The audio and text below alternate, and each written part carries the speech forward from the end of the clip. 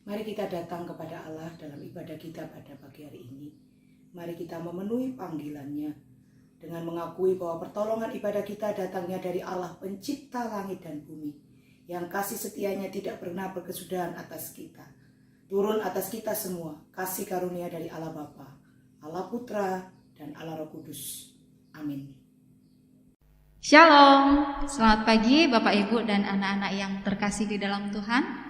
Bersyukur pagi hari ini kita bisa berkumpul kembali melalui virtual untuk dapat memuji, memuliakan, dan mendengarkan firman Tuhan. Ya, pagi hari ini saya yakin semua dari kita yang berkumpul melalui virtual kali ini, kita dalam keadaan sehat, kita dalam keadaan baik. Itu semuanya bukan karena kebetulan, itu semua karena berkat dari Tuhan, berkat dari kemurahan Tuhan yang telah diberikan pada kita sampai dengan saat ini. Maka dari itu, mari kita naikkan sama-sama satu pujian berkat kemurahan.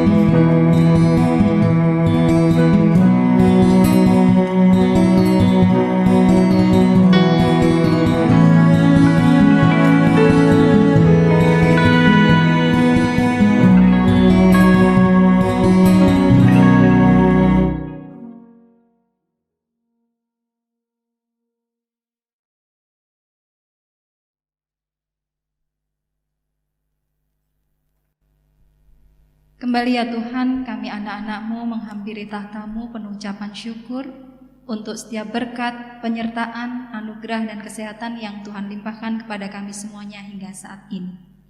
Pagi ini ya Tuhan, kami datang padamu bersama-sama untuk mendengarkan firman-Mu. Kami akan melanjutkan ibadah ini ya Tuhan. Kiranya Tuhan yang memberkati setiap jalannya ibadah ini mulai dari awal, pertengahan, hingga akhirnya nanti. Dan apa yang kami dengarkan, apa yang kami pujikan hanya seturut dengan kehendak-Mu. Hanya dalam nama Tuhan kami Yesus Kristus kami berdoa dan mengucap syukur. Terima kasih Tuhan. Haleluya. Amin. Ya, dengan hati yang gembira dan penuh ucapan syukur, mari kita naikkan satu pujian sama-sama. Dengan hati yang gembira kita akan angkat Ku Masuki Gerbangnya.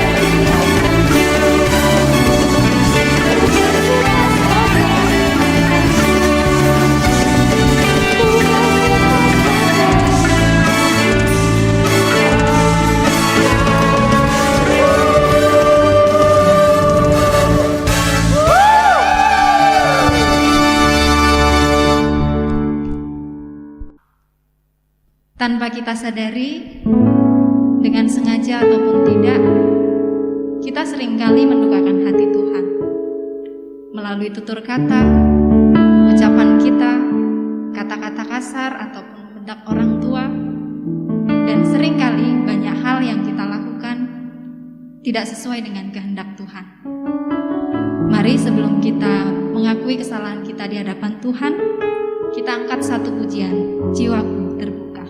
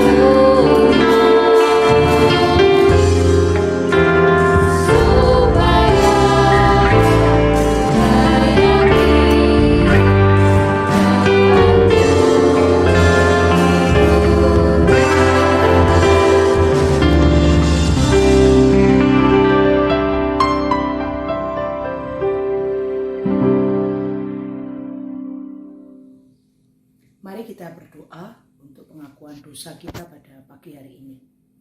Tuhan Yesus yang baik, kami datang kepada Tuhan, mengakui segala dosa kesalahan yang telah kami buat, memohon pengampunan daripada Engkau. Kiranya Engkau berkenan atas setiap doa pengakuan kami, dan kiranya rahmat Tuhan dinyatakan kepada kami. Tuhan, tolonglah kami untuk hidup kami selanjutnya, supaya kami terus melakukan kehendak Tuhan dalam hidup kami, menjaga diri kami dengan bantuan dan pertolongan Roh Kudus, supaya kami hidup berkenan di hadapan Tuhan. Terima kasih Tuhan Yesus, terima kasih untuk anugerah pengampunan yang Tuhan berikan kepada kami. Dalam nama Tuhan Yesus, kami bersyukur, kami berdoa. Amin. Teman-teman, dengarkanlah firman Tuhan dari 1 Yohanes 1 ayat 8 dan 9 yang berbunyi demikian. Jika kita berkata bahwa kita tidak berdosa, maka kita menipu diri kita sendiri dan kebenaran tidak ada di dalam kita. Jika kita mengaku dosa kita, maka Ia adalah setia dan adil, sehingga Ia akan mengampuni segala dosa kita dan menyucikan kita dari segala kejahatan. Bersama orang percaya yang sudah diampuni dosa dan pelanggarannya, mari kita mengikrarkan pengakuan iman rasuli. Saya undang semuanya untuk mengambil sikap berdiri, kita katakan, kita ucapkan dengan baik. Pengakuan iman rasuli. Aku percaya kepada Allah, Bapa yang Maha Kuasa, Khalid langit dan bumi, dan kepada Yesus Kristus anaknya yang tunggal Tuhan kita, yang dikandung daripada Roh Kudus, lahir dari anak darah Maria, yang menderita sengsara di bawah pemerintahan Pontius Pilatus, disalibkan, mati dan dikuburkan, turun ke dalam kerajaan maut. Pada hari yang ketiga bangkit pula dari antara orang mati, naik ke surga, duduk di sebelah kanan Allah, Bapa yang Maha Kuasa. Dan dari sana Ia akan datang untuk menghakimi orang yang hidup dan yang mati. Aku percaya kepada Roh Kudus, gereja yang kudus dan am, persekutuan orang kudus, pengampunan dosa, kebangkitan tubuh, dan hidup yang kekal. Amin. Sebelum mendengarkan firman Tuhan, kita akan siapkan hati dan pikiran kita untuk menerima berkat firman Tuhan. Kita akan bersama-sama naikkan satu pujian, Kuasa-Mu terlebih besar.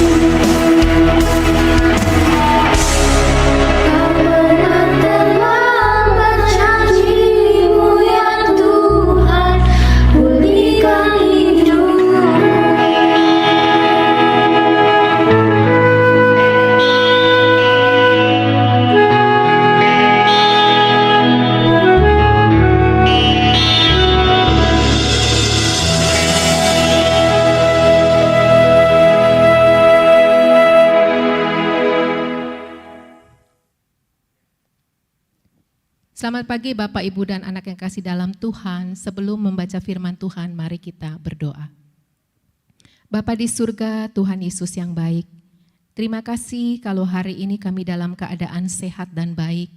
Kami bersyukur, berterima kasih. Kami bisa membaca firman Tuhan, kami bisa bersama-sama merenungkan firman Tuhan. Dan kami tahu Tuhan bekerja ketika kami membaca, dan Tuhan memberkati apa yang kami baca, dan Tuhan menolong kami untuk bisa melakukan firman Tuhan yang kami dengar, yang kami baca. Karena Engkau turut bekerja dalam segala sesuatu untuk mendatangkan kebaikan bagi kami orang-orang yang mengasihi-Mu. Terima kasih Tuhan untuk semua kebaikan-Mu, kehadiran-Mu yang sungguh sangat luar biasa, memberkati kami secara jasmani, memberkati kami secara rohani. Tuhan Yesus, pagi hari ini Engkau memakai hamba-Mu yang juga banyak kesalahan dan banyak kelemahan, tapi Engkau bisa pakai untuk menjadi berkat, menguatkan Bapak, Ibu, dan anak-anak tentang Engkau Allah yang luar biasa baik, tentang Engkau Allah yang selalu hadir di dalam hidup kami. Kami tahu Tuhan, Engkau sungguh sangat baik. Terima kasih Bapa di surga, kami siap membaca firman Tuhan, merenungkan dan menjadi bagian kami. Dalam Kristus Yesus kami bersyukur dan berdoa. Amin. Bapak Ibu yang kekasih dalam Tuhan, firman Tuhan hari ini yang akan kita sama-sama renungkan adalah dengan tema The Grace of God's Presence. Kita akan membacanya dari Matius pasal yang ke-10 ayat 26 sampai yang ke-31. Saya akan membacakannya buat Bapak Ibu dan anak-anak sekalian. Matius pasal yang pasal yang ke-10 ayat 26 sampai ke-31. Jadi janganlah kamu takut terhadap mereka, karena tidak ada sesuatu pun yang tertutup, yang tidak akan dibuka, dan tidak ada sesuatu pun yang tersembunyi, yang tidak akan diketahui. Apa yang kukatakan kepadamu di dalam gelap, katakanlah itu dalam terang. Dan apa yang dibisikkan ke telingamu, beritakanlah itu dari atas atap rumah. Dan janganlah kamu takut kepada mereka yang dapat membunuh tubuh, tetapi yang tidak berkuasa membunuh jiwa. Takutlah terutama kepada Dia yang berkuasa membinasakan baik jiwa maupun tubuh di dalam mereka. Bukankah burung pipit dijual 2 ekor seduit? Namun seekor pun daripadanya tidak akan jatuh ke bumi di luar kehendak Bapamu.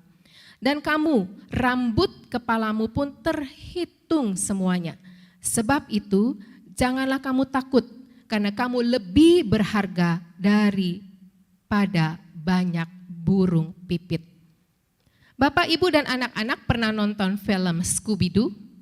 Ini adalah satu film kartun dulu pada waktu saya masih kecil yang dikelola oleh Warner Bros. Nah, film ini menceritakan tentang satu geng yang terdiri dari 2 pria dan 2 wanita dan 1 anjing.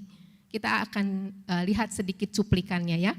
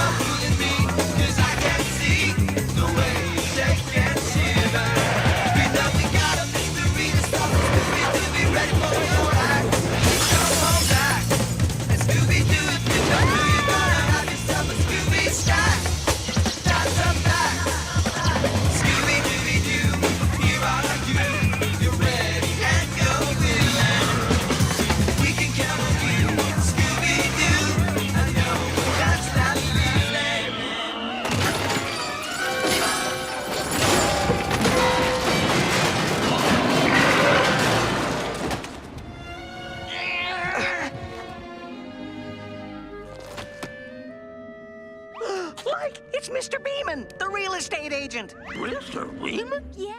Ya, ini ceritanya menarik ya. Ada anjing takut sama setan. Takut. Padahal ini gengnya geng misteri ya, menyingkapkan misteri. Seperti detektif begitu ya, menyingkap misteri. Nah, Scooby-Doo ini anjing penakut. Tapi justru lewat penakutnya dia sering kali lari seperti tadi cuplikan. Lari ketakutan dan dia kemudian menjadi salah satu penyingkapan misteri. Bapak, Ibu, dan anak-anak yang kekasih dalam Tuhan, pasti kita punya pengalaman tentang ketakutan. Saya juga punya. Saya ingat waktu kelas 5 atau 6 SD, saya punya kakak sepupu lebih besar dari saya. Saya SD, beliau udah tamat SMA. Nah, hampir setiap hari dia kerasukan iblis atau kerasukan roh jahat. Karena pada masa itu dia belum mengenal Yesus secara pribadi. Dan karena dia sekamar tidur sama saya, seringkali dirasuk setan, membuat saya jadi gelisah. Dan hampir 1 tahun saya nggak bisa tidur. Jadi orang-orang tidur saya ketakutan. Saya pikir gini, jangan-jangan ntar dia kerasukan setan atau kerasukan iblis. Jadi saya matanya melek aja. Nah, coba anak-anak dan Bapak Ibu yang kekasih dalam Tuhan, hari ini coba memikirkan apa ketakutan terbesarmu hari ini. Apakah kamu takut setan? Takut mati? Takut nggak naik kelas? Takut kena COVID, jadi kita ngumpet di dalam rumah, nggak kemana-mana. Takut gelap, kalau udah mati lampu, waduh kemudian kita tercekam sekali. Kita takut susah, nanti ke depannya kalau saya hidup susah gimana ya? Takut gagal, aduh bisa naik kelas nggak ya? Aduh, kira-kira saya tahun depan ini kelas 8 nggak ya? Atau kamu takut gak punya uang, gak punya kuota, atau takut-takut yang lain. Bapak, Ibu, yang anak-anak yang kekasih di dalam Tuhan, ayat-ayat yang kita baca dari Matius 10 ayat 26 sampai 31, Tuhan Yesus mengingatkan murid-muridnya 12 rasul supaya tidak takut pada majelis agama. Murid-murid diutus Tuhan Yesus untuk melayani orang-orang yang belum percaya kepada Tuhan Yesus. Yang belum percaya kepada Yesus Kristus. Baik orang Yahudi maupun orang yang bukan Yahudi. Anak-anak yang dikasih dalam Tuhan, orang-orang Yahudi pada masa itu sebenarnya menantikan Raja Juru Selamat yang akan membebaskan mereka dari intimidasi tekanan karena mereka dikuasai oleh kerajaan Romawi. Itu sebabnya mereka terus berharap sesuai dengan nubuatan yang dijanjikan dalam masa perjanjian lama bahwa mereka akan mendapatkan keselamatan seorang raja yang akan menyelamatkan mereka. Nah, kehadiran 12 murid Tuhan Yesus Kristus mengabarkan tentang keselamatan justru mengganggu mereka. Itu mereka seringkali marah dan seringkali mereka merasa terganggu majelis agama. Yang kedua, Tuhan Yesus mengingatkan murid-muridnya supaya tidak takut kepada penguasa-penguasa. Penguasa yang memiliki kewenangan, memiliki hukum-hukum seperti hakim, seperti Pontius Pilatus yang pada masa itu adalah seorang gubernur. Yang ketiga, mereka diingatkan oleh Yesus Kristus supaya tidak takut kepada raja-raja. Pada masa itu mereka diperintah oleh Kekaisaran Agustus yang membuat keputusan, yang membuat aturan-aturan, kewenangan-kewenangan yang dijalankan oleh penguasa-penguasa. Mengapa Tuhan Yesus mengingatkan murid-murid supaya tidak takut takut kepada mereka. Yang pertama, mereka diutus untuk melayani orang-orang belum percaya. Yesus mengatakan mengutus mereka ke tengah-tengah serigala. Artinya mereka harus siap-siap, ada suatu saat mereka akan diancam. Mereka akan dianiaya. Mereka akan dieksekusi dan sebagainya. Tuhan Yesus mengingatkan mereka supaya tidak takut karena yang kedua, mereka akan menghadapi orang-orang jahat yang suka berontak melawan orang tua. Nih, teman-teman, anak-anak terkasih dalam Tuhan, kita yang suka melawan orang tua, nggak dengeran mereka, juga guru yang adalah orang tua, disebut orang-orang jahat. Ini bahasa Yesus Kristus. Dalam Matius pasal yang ke-10, artinya tidak mau diatur, hidup semaunya. Ya udahlah Mi, gak usah atur-atur gitu kan ya maksudnya ya. Dek jangan main game terus gitu ya, jangan nonton drakor terus, pelajarannya coba diperhatikan. Apa sih nih Mami? Kan kita gak mau ya kan diatur-atur. Bahasa Yesus Kristus disebut orang yang suka berontak melawan orang tua adalah orang-orang jahat. Yang ketiga, mengapa Tuhan Yesus mengingatkan mereka supaya tidak takut? Yang ketiga adalah mereka akan menghadapi penganiayaan. Orang-orang yang menolak kebenaran firman Tuhan akan terus ada sampai hari ini. Tidak suka yang namanya firman Tuhan. Menolak kebenaran, mereka akan dianiaya. Ketika murid-murid akan pergi pelayanan, mereka akan menghadapi orang-orang yang tidak suka pada kebenaran firman Tuhan.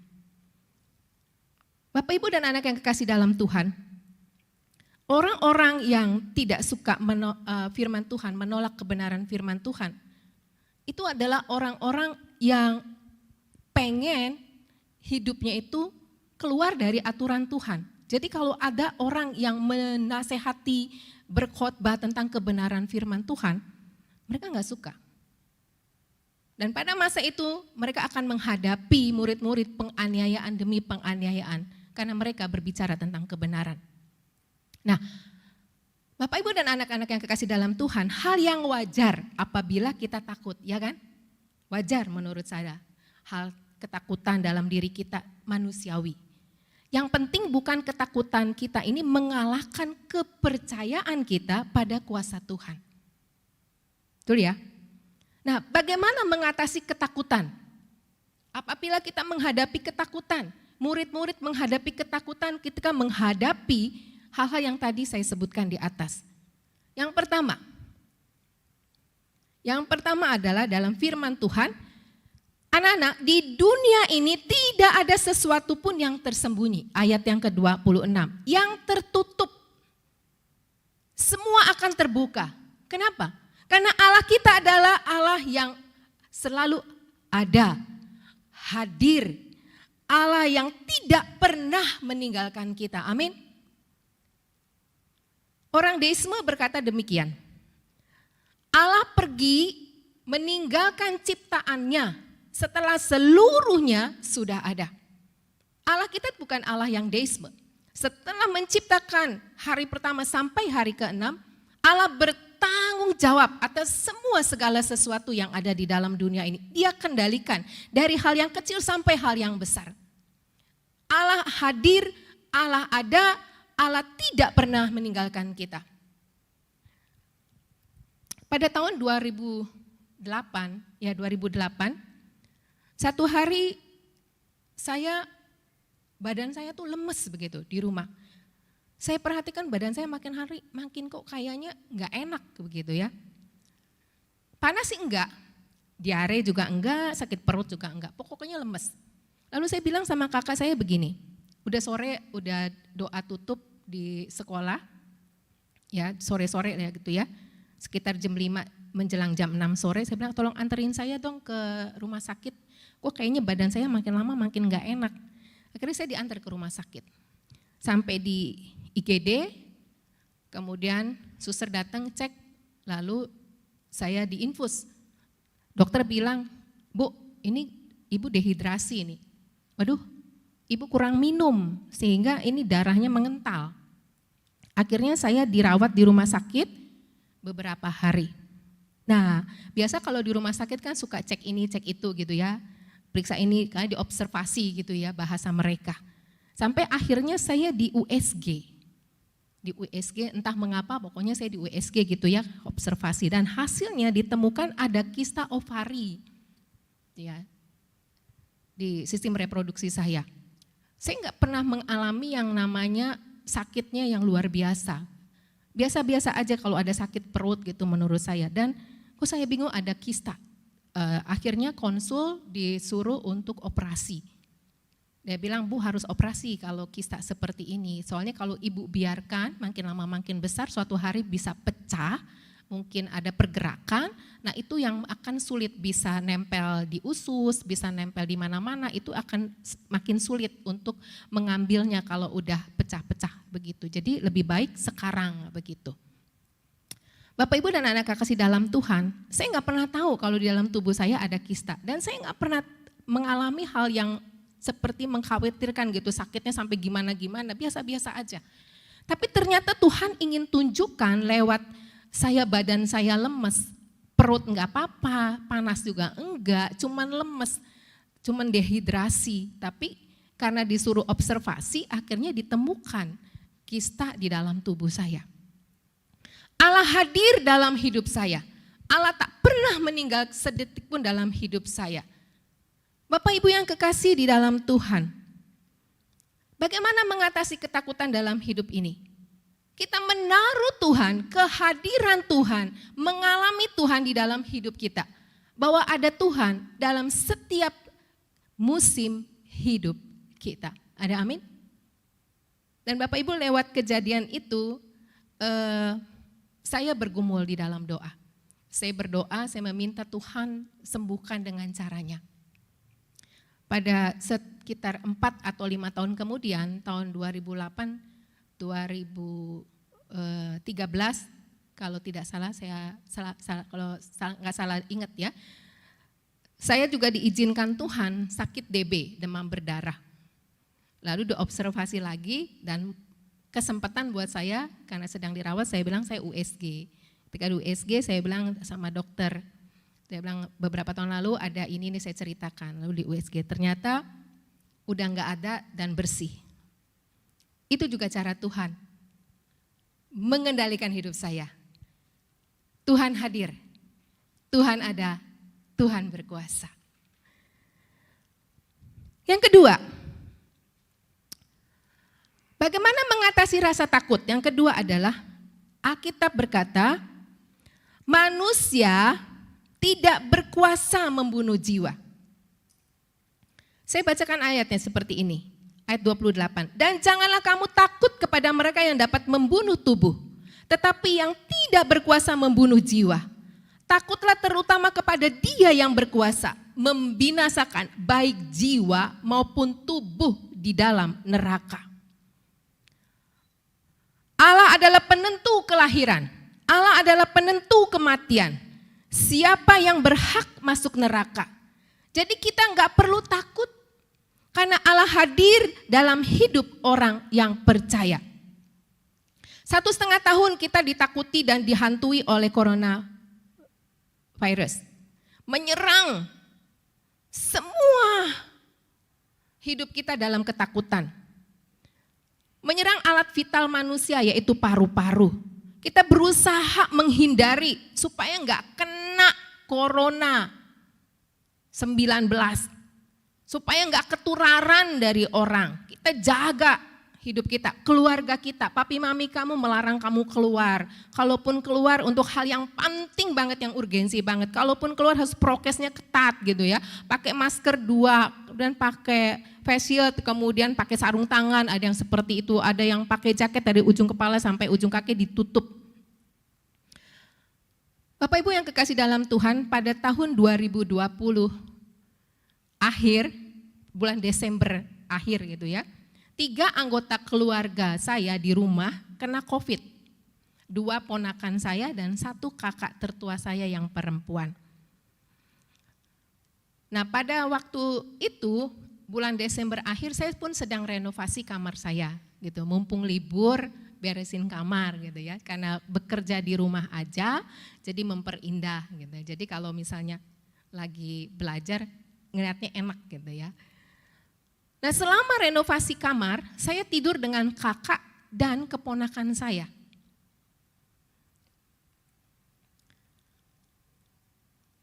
Suatu hari kakak saya sakit. Dia memang punya sinus. Jadi kalau dia kecapean, biasanya sinusnya kambuh. Dan dia berpikir ini sinus begitu ya. Dia flu, dia sinus. Kira-kira beberapa hari kemudian dia ke dokter. Langganan dia yang biasa mengatasi sinusnya dia, dikasih obat. Seminggu nggak sembuh, biasanya dia sudah sembuh. Kalau dia ke dokter itu dikasih obat sinusnya dia sembuh, tapi seminggu nggak sembuh-sembuh. Saya bilang kamu coba cek dulu ke lab gitu ya, cek darah atau swab. Dia nurut sama saya, akhirnya dia swab. Nah, swab hasilnya positif COVID. Karena saya setidur dengan dia, sekamar dengan dia, saya dan anaknya yaitu keponakan saya, akhirnya kami swab. Dan hasilnya kita tidur sekamar bertiga, mereka berdua positif, saya negatif. Dan ketika mereka kena COVID, dokter di rumah sakit bilang sama mereka, udah gak usah dirawat di rumah sakit, di rumah saja. Isolasi mandiri, dikasih banyak obat, terus kemudian mereka pulang. Nah selama di rumah, saya yang merawat mereka. Bapak, Ibu, dan anak-anak kekasih dalam Tuhan, kalau Tuhan tidak menghendaki saya sakit, ya gak sakit. Kalau Tuhan menghendaki keponakan saya kena COVID dan mamanya kena COVID, ya kena. Artinya apa? Artinya adalah jangan takut. Jangan takut dengan sesuatu yang bisa membunuh kita. Tapi takutlah kepada Tuhan yang mampu membunuh jiwa. Kita udah jaga-jaga gak kena COVID, kita ini kalau udah waktunya COVID ya kena. Tapi bukan berarti kita ya nggak pakai masker kemana-mana, enggak, kita tetap menjaga diri, kita menjaga kesehatan kita, makan yang baik. Tapi kalau Tuhan izinkan kita sakit, Tuhan kehendaki kita untuk dirawat di rumah sakit, Tuhan yang memelihara hidup kita, Tuhan yang memelihara jiwa kita. Karena Dia hadir waktu saya sakit, Dia hadir waktu anak-anak sehat, Dia hadir ketika kita punya masalah. Dia juga hadir saat kita sedang banyak PR dan banyak tugas. Amin. Yang ketiga, bagaimana mengatasi rasa takut? Firman Tuhan berkata demikian ayat yang ke-29, bukankah burung pipit dijual 2 ekor seduit, namun seekor pun daripadanya tidak akan jatuh ke bumi di luar kehendak Bapamu. Dan kamu rambut kepalamu pun terhitung semuanya. Karena itu janganlah kamu takut, karena kamu lebih berharga daripada banyak burung pipit. Anak-anak kasih dalam Tuhan, gak pernah seorang pun saya pernah lihat orang sengaja pelihara burung pipit. Burung pipit itu sama gak sih dengan burung gereja? Kayaknya mirip gitu ya, saya perhatiin kecilnya sama gitu ya. Burung pipit kalau kamu bingung, burung pipit ya seperti burung gereja gitu, gak pernah dipelihara orang. Bahkan sering dicuekin gitu ya. Nah, Bapak, Ibu, dan anak kekasih dalam Tuhan, Alkitab menggambarkan tentang burung pipit harganya murah. Dijual 2 ekor seduit. Mata uang receh pada masa itu, zaman Tuhan Yesus. Seduit itu mata uang receh yang nilainya segini, 1/16 dinar. 1/16 dinar, nah 1 dinar sama dengan 1 hari upah buruh harian. Kalau kita anggap upah buruh harian 200.000 rupiah, nah itu 1/16-nya. Jadi murah banget kan ya burung pipit, dan itu 2 ekor seduit. Tapi Tuhan Yesus mengatakan burung pipit aja murah, gak berharga orang tidak pelihara, gak ada yang mau jual dan gak ada yang mau beli, karena tidak begitu berharganya. Tapi Tuhan Yesus berkata, Mereka tidak akan jatuh ke bumi di luar kehendak Bapa di surga. Artinya, betapa berharganya kamu dan saya. Tuhan taruh hidup kita di dunia ini bukan gak sengaja karena orang tuamu, papa mama saya menikah. Dan saya kebetulan hadir di keluarga saya, bukan. Tapi Tuhan rencanakan sebelum dunia dibentuk, menurut Efesus pasal yang pertama, Tuhan sudah punya rencana dalam hidup kita, masing-masing hidup kita. Allah turut bekerja dalam segala sesuatu untuk mendatangkan kebaikan buat kita. Ada amin? Jadi manusia itu berharga sekali di mata Tuhan. Sampai Tuhan Yesus katakan, rambut kepalamu pun terhitung semuanya. Saya mau tanya sama Bapak Ibu dan anak-anak yang kekasih dalam Tuhan, pernah iseng gak ngitung rambut kita sendiri? Ya Bu, kalau saya tebel kayak gini saya capek ngitungin. Kalau botak mungkin lebih gampang kali ya. Kalau botak nggak usah dihitungin anak-anak ya, orang botak nggak ada rambutnya, jadi nggak usah dihitung ya. Ya Bu, kalau rambutnya saya tipis ya boleh, tipis setipis-tipis apapun kita nggak pernah iseng hitung rambut, betul nggak? Ya bulu mata yang tipis aja yang sedikit kita nggak pernah hitungin. Ya kan? Saya punya pengalaman menarik tentang rambut, gitu ya. Waktu saya kuliah di seminari, sekolah hamba Tuhan di Jogja, saya punya masalah rambut. Sampai sekarang masalah saya juga rambut, gitu ya. Rambutnya itu parah banget ya pokoknya. Jadi kotombenya tebal, gitu ya. Terus gatel, sehingga membuat jadi rontok. Jadi kalau misalnya saya sisir, itu rontoknya banyak banget kayak orang orang cancer tuh habis di kemo. Itu waduh rontoknya bukan main.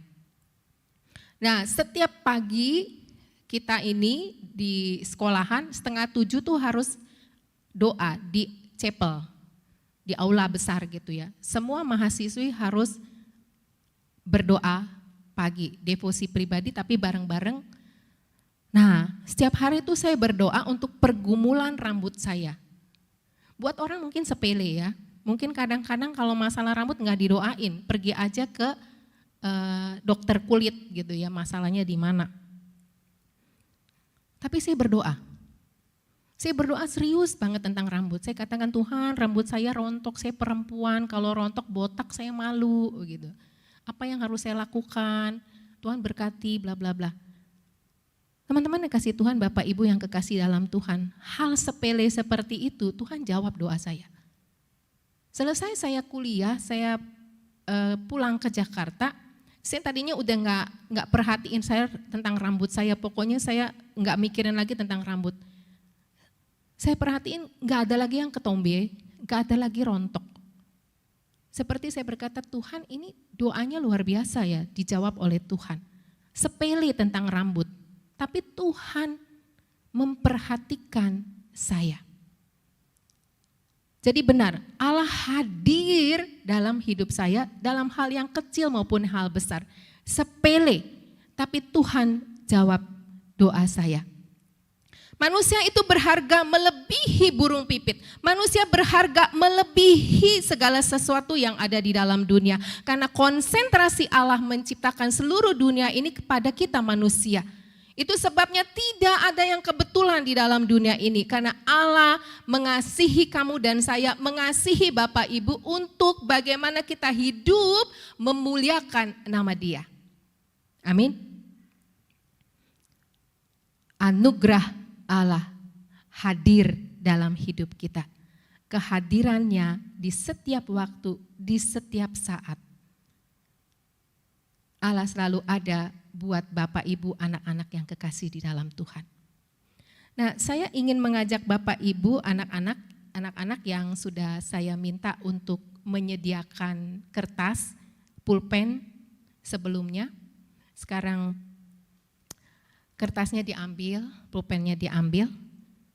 Saya ingin kalian untuk menuliskan di kertas tersebut. Di kertas yang sudah disediakan dan pulpen. Tulis di sebelah kiri, Tuhan lebih besar daripada, tuliskan ketakutanmu. Kalau saya contoh, misalnya Tuhan lebih besar daripada sakit kista saya. Karena, tulis di bawahnya karena, saya berkata Tuhan berkuasa menyembuhkan kista saya. Jadi tulis Tuhan lebih besar daripada apa? Itu ya. Tuliskan ketakutanmu.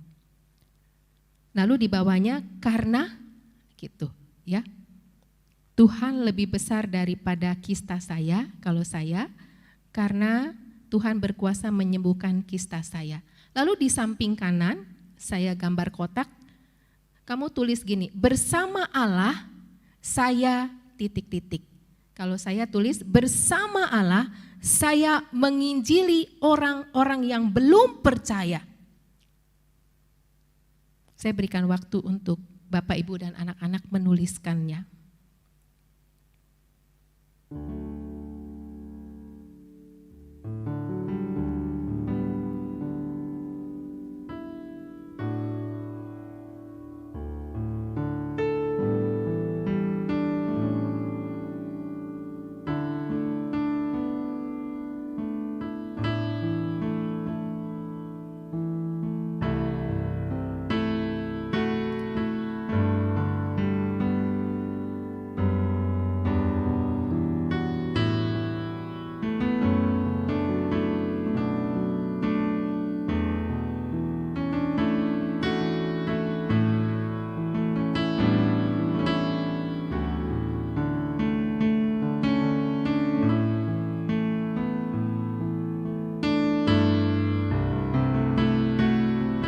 Pasti kita punya perasaan takut. Apa ketakutan yang terbesar yang sedang kamu rasakan hari ini? Itu yang dituliskan.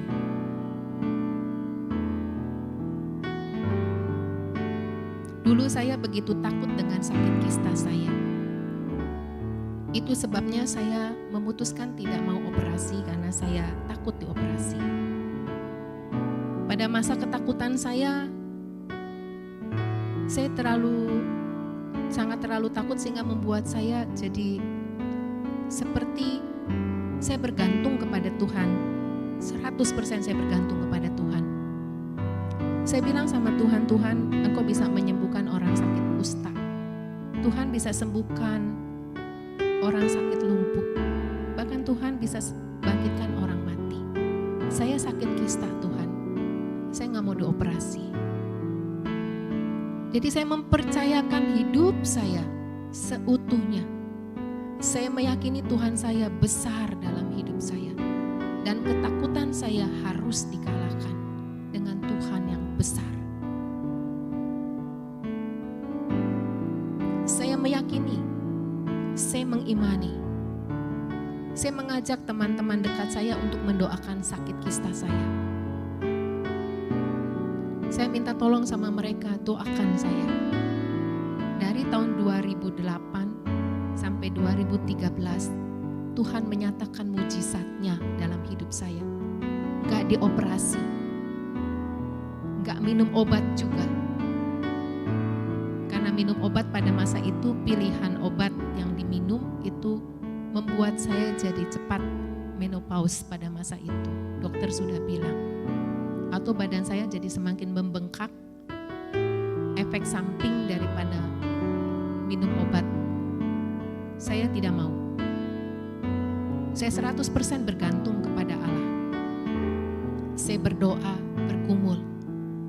Dan ternyata Allah hadir dalam hidup saya. Saya mengalami Tuhan di dalam hidup saya. Benar-benar saya merasakan anugerah kehadiran Allah. The grace of God's presence. Hari ini saya bukan hanya berkhotbah di depan Bapak, Ibu, dan anak-anak, tapi saya sudah mengalami anugerah kehadiran Tuhan di dalam hidup saya. Bersama Allah saya mau menginjili orang-orang yang belum percaya.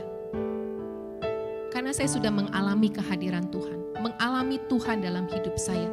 Saya mau setiap orang yang saya kenal, siapapun kalau ada kesempatan, saya ingin menceritakan tentang Tuhan Yesus. menginjili mereka, terima atau tidak terima tentang Tuhan Yesus. Saya tapi mau berkata kepada mereka, Tuhan Yesus baik. Tuhan Yesus adalah Allah yang selalu ada dan selalu hadir dalam hidup kita orang percaya. Mari kita mendoakan kertas yang sudah kita tulis.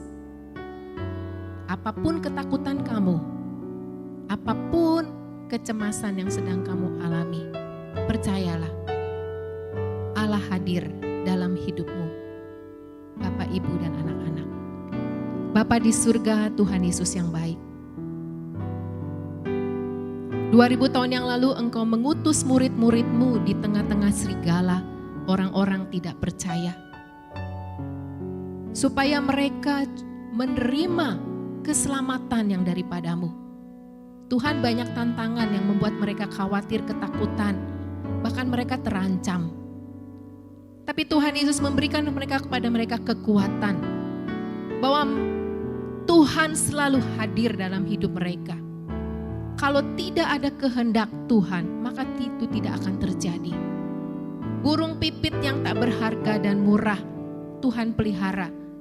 Jika tidak dikehendaki jatuh ke bumi, tidak akan pernah terjadi. Rambut di kepala kami terhitung jumlahnya. Kalau Tuhan tidak izinkan itu jatuh dan rontok, Tuhan tidak akan membiarkannya. Karena itu kami percaya hidup kami aman di dalam Engkau.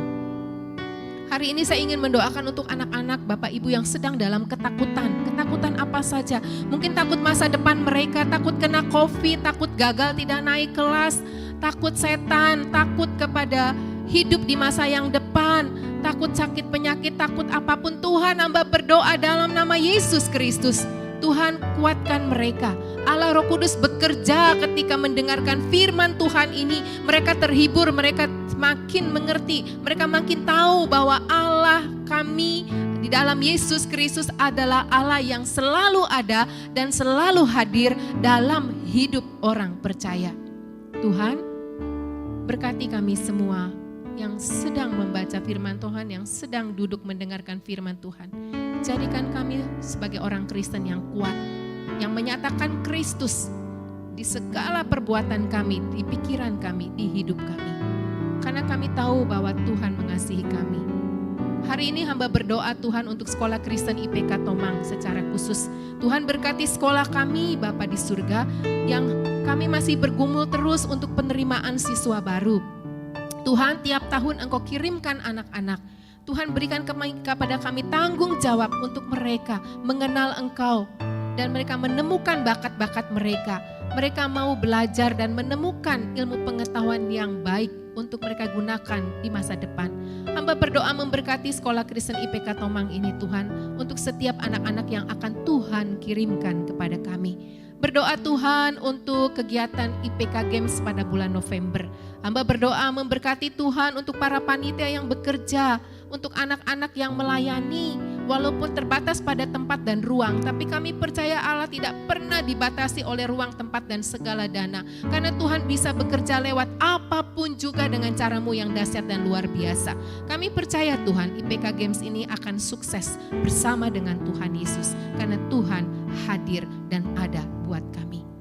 Terima kasih Bapa, Engkau memberkati para guru-guru SMP IPK Tomang. Mulai dari Kepala Sekolah Ibu Titi Sari, Wakil Kepala Sekolah Bapak Tri, Asisten Kepala Sekolah Pak Aseng, dan semua guru yang melayani dengan kasih. Tuhan, Engkau menjaga kami begitu rupa sampai hari ini.